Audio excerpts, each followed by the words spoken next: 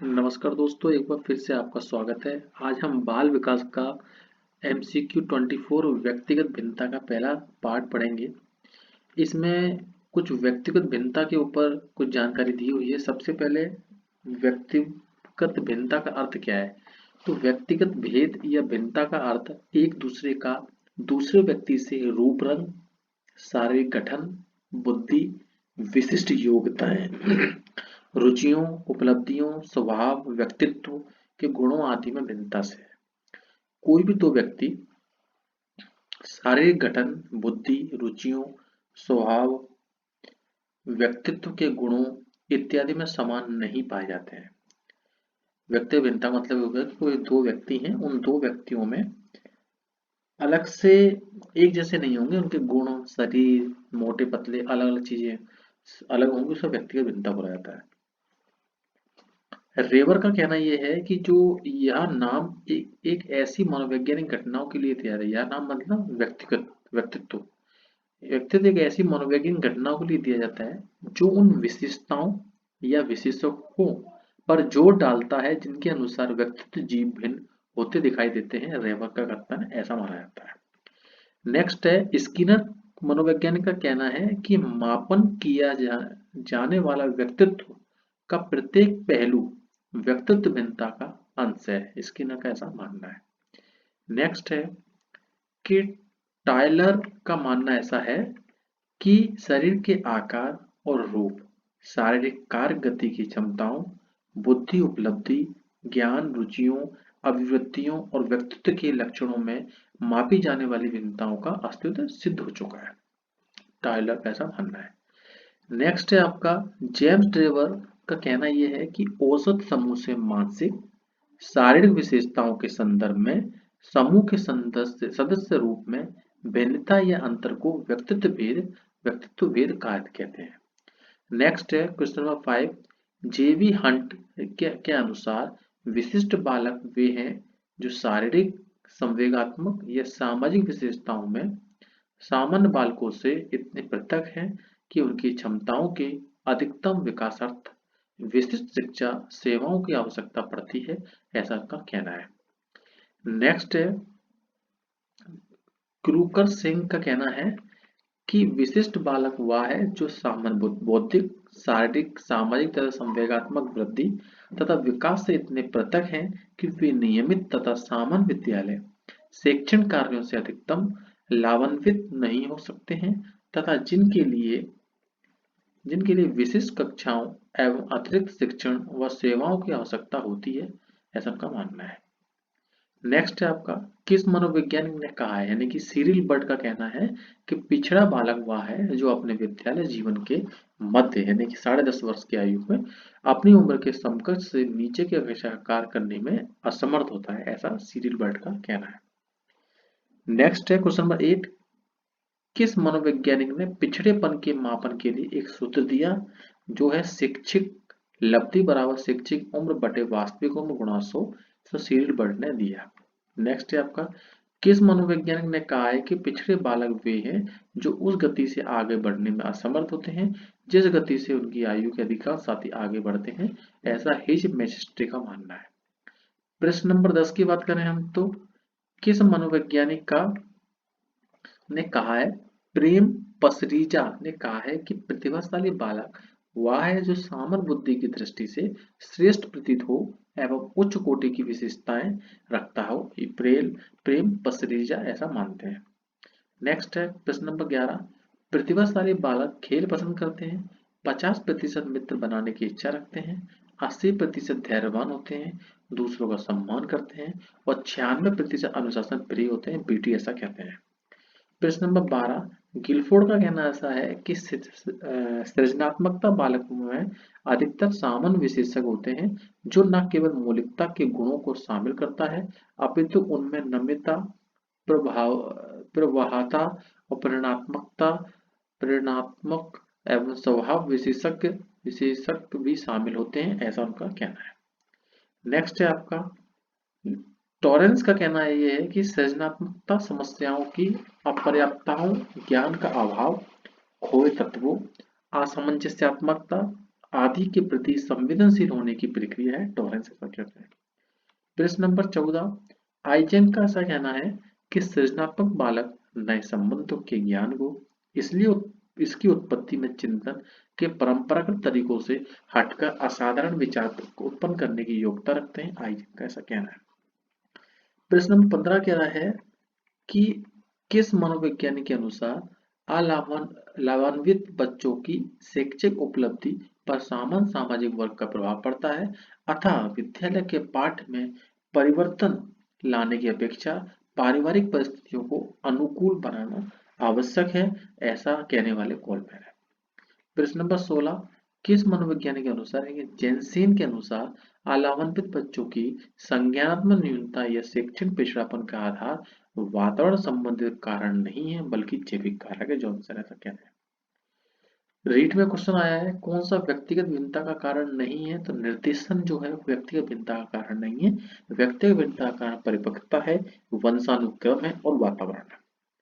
प्रश्न नंबर 18, डिसलेक्सियो से संबंधित है पठन विकार से, डिसलेक्सिया मतलब पठन विकार से संबंधित है, यूपीटेट में ऐसा क्वेश्चन आया है। बाल अपराध का कारण नहीं है, उचित घरेलू अगर वातावरण है आपका तो उसमें बाल अपराध क्या है, गरीबी बाल अपराध हो सकता है, शारीरिक दोष हो सकता है, असफलताएं हो सकती है, उचित घरेलू वातावरण उचित है वो तो उसमें कोई दिक्कत ही नहीं है। प्रश्न नंबर 20 को कह रहा है व्यक्तिगत भेद पाए जाते हैं बुद्धि स्तर में, अभिव्यक्ति में और गतिवाही योग्यता में। प्रश्न नंबर 21, प्रगतिशील परिवारों में बच्चों में अपेक्षाकृत कौन सा प्रेरक अधिक प्रबल है, उपलब्धि, कौन सा प्रेरक है, उपलब्धि। नेक्स्ट है निम्न में से कौन सा पिछड़ेपन का कारण नहीं है, वो है स्वस्थ वातावरण, स्वस्थ वातावरण पिछड़ेपन का कारण नहीं है।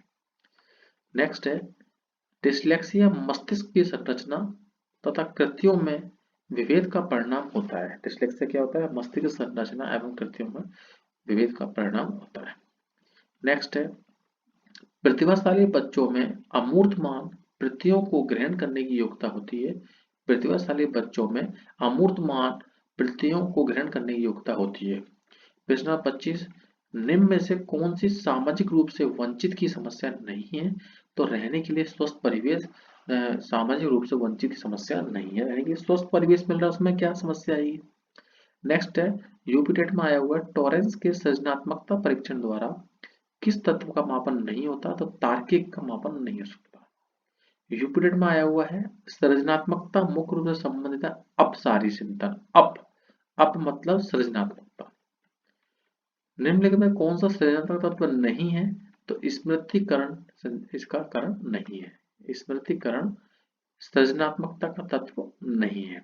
29 नंबर, निम्न में से कौन सी डिसलेक्सिया की विशेषता नहीं है, तो सीधे या उल्टे हाथ के प्रयोग के संबंध में निश्चय ये नहीं है। वाचन परिशुद्धता, गति तथा बोध की समझता है, लिखने की धीमी गति हो सकती है, छपे हुए शब्दों को सीखने और याद करने की कठिनाई हो सकती है, सीधे या उल्टे हाथ से डिसलेक्सिया का संबंध नहीं है।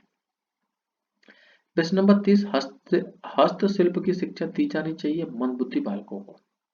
नेक्स्ट है छात्रों में चोरी करने की आदत को कैसे दूर किया जा सकता है, उदाहरण देकर। प्रतिभावान बालकों की पहचान करने के लिए हमें सबसे अधिक महत्व होता है किस चीज का, वस्तुनिष्ठ परीक्षणों के परिणाम को देना चाहिए।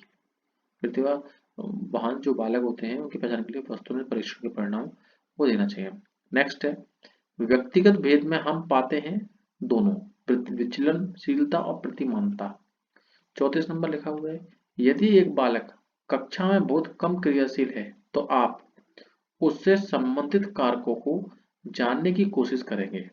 बीटेड क्या कह रहा है, यदि एक बालक कक्षा में बहुत कम क्रियाशील है तो आप उससे संबंधित कारकों को जानने की कोशिश करेंगे।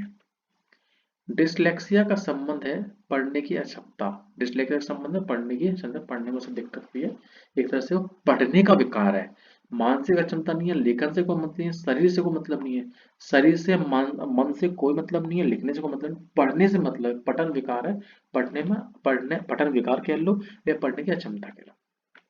36 नंबर, आपकी कक्षा के कुछ छात्र अति मेधावी हैं, आप उन्हें किस तरह पढ़ाएंगे, समृद्धिकरण कार्यक्रमों के द्वारा। नेक्स्ट है यदि एक बच्चा 21 को 12 लिखता है, 6 को डी मत अंतर नहीं कर पाता है, तो यह है सीखने अक्षम, वो सीख नहीं पाता है, पठन विकार बोल सकते हैं उसे। नेक्स्ट है एक मेधावी छात्र पंजाब में आया हुआ है, एक मेधावी छात्र अध्ययन में बेहतर उपलब्धि हासिल नहीं कर पा रहा है, शिक्षक को निम्न में से उसके लिए कौन सी गतिविधि अपनानी चाहिए? तो उसकी कम उपलब्धि का कारण पता करना चाहिए कि उसका कारण क्या है और उसका फिर निदानात्मक परीक्षण करना चाहिए। नेक्स्ट है शिक्षा शास्त्र का वह प्रकार जिसमें विशिष्ट शिक्षा की आवश्यकता होती है, वो है विकलांग व्यक्तियों को दी जानी चाहिए। नेक्स्ट है निम्न में से कौन सा संकेत बच्चों में दृष्टि बाधित की समस्या उचित सूचित नहीं करती है? तो दिशा निर्देश के अनुसरण में समस्या। नेक्स्ट है वाक बाधित बच्चों का विकास किया जा सकता है उनको कक्षा में अपने विचार को प्रदर्शित करने के लिए प्रोत्साहित करके। नेक्स्ट है मंद अधिगमकर्ता जिनकी शैक्षणिक उपलब्धि सामान्य योग्यता से कम रह जाती है कहा जाते हैं पिछड़े। नेक्स्ट है विशिष्ट, बिहार में आया हुआ है, विशिष्ट बालकों के अंतर्गत निम्न में से कौन सा बालक है? तो भाई साहब आपको बता दूं जो विशिष्ट है, जो स्पेशल चाइल्ड है, उसमें पिछड़ापन तो आएगा ही, मंद बुद्धि भी आएगा, है ना। और आपको मालूम होना चाहिए कि जो प्रतिभाशाली बालक है वो भी एक विशिष्ट बालक की श्रेणी में आता है। उसका कारण ये है कि वो एक सामान्य बुद्धि का जो बालक है उससे कम के बालक और सामान्य बुद्धि से अधिक के बालक, दोनों में एक स्पेशलिटी होती है। मंद बुद्धि में ये होती है वो सीख नहीं पा रहा है, जड़ बुद्धि में होती है वो उसका IQ 0 है और एवरेज तो एवरेज होता है, और प्रतिभाशाली ऐसा होता है कि उसकी जो उम्र है उस उम्र से वो इतना ज्यादा जानता है, तो वो भी एक स्पेशल चाइल्ड की श्रेणी में आएगा क्योंकि वो सामान्य बच्चों की श्रेणी में कार्य नहीं कर सकता। नेक्स्ट है अपराधी बालक कौन होते हैं? जो असामाजिक कार्य करते हैं वो अपराधी बालक होते हैं। विशेष आवश्यकताओं वाले बच्चों को शिक्षा उपलब्ध कराई जानी चाहिए अन्य समान बच्चों के साथ। क्या बोल रहा है? अन्य समान बच्चों के साथ विशेष आवश्यकता वाले, विशेष मतलब वही हैंडीकेप टाइप वालों को अन्य समान बच्चों के साथ शिक्षा करानी चाहिए। नेक्स्ट है आपका डिसलेक्सिया किससे संबंधित है? पठन विकार से। 47 दूसरों के साथ झगड़ना प्रतिभाशाली होने का संकेत नहीं है, जिज्ञासा प्रतिभाशाली संकेत है। सृजनात्मक विचार है, अभिव्यक्ति में है, लेकिन दूसरों से झगड़ने का प्रतिवादी का मतलब क्या है?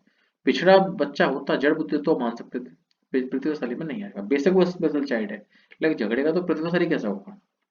नेक्स्ट है 5वीं कक्षा के दृष्टिबाधित विद्यार्थी के साथ कक्षा में सामान्य रूप से व्यवहार किया जाना चाहिए और सर्व सीडी के माध्यम से सहायता उपलब्ध कराई जानी चाहिए।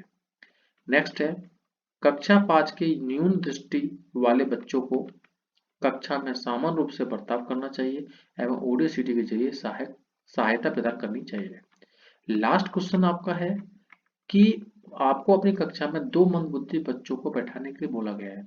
आप क्या करेंगे? पहला, उन्हें अपने विद्यालयों के रूप में ग्रहण करने से इनकार कर नहीं, इनकार तो शिक्षक कर ही नहीं सकता, उसको इनकार करने का अधिकार तो है ही नहीं, चाहे वो पागल बच्चा क्यों ना हो।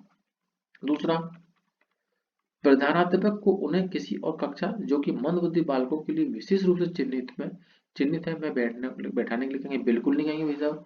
हमें शिक्षकों को ये सिखाया जाता है, हमें ये सिखाया जाता है कि मंदबुद्धि बालक हो, जड़ बुद्धि बालक हो, पिछड़ा बालक हो, उसे सामान्य बालकों की श्रेणी के साथ पढ़ाया जाना चाहिए। उनके अलग, अगर उन्हें अलग कर लेंगे तो कहीं ना कहीं वो मानसिक अस्वस्थता उनके अंदर आ जाएगी, इसलिए उन्हें अलग नहीं करना चाहिए।